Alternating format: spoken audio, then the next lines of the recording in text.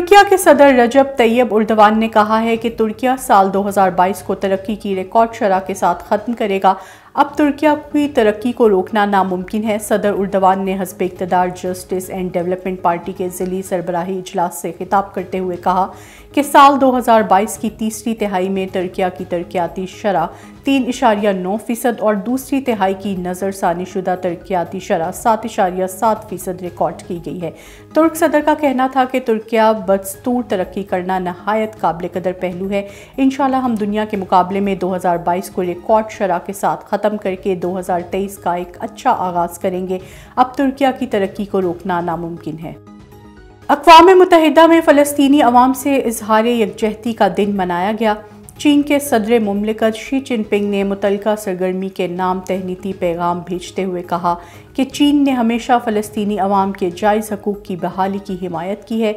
चीनी नशरियाती इदारे के मुताबिक शी जिनपिंग ने अपने तंबीही पैगाम में कहा कि फ़लस्तीन का मसला मशरिक़ वस्ता का बुनियादी मसला है।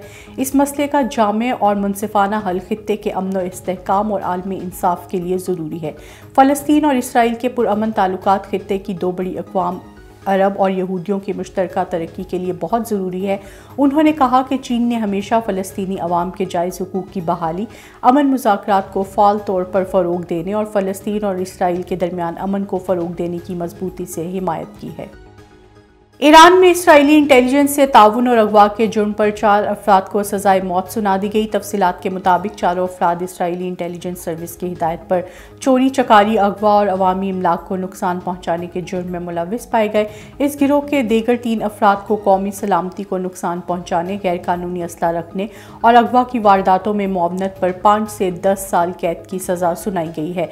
वाज़ेह रहे कि पासदाराने इनकलाब और वज़ारत खुफिया इत्तलाआत की मुश्तरका कार्रवाई में इसको पकड़ा गया था।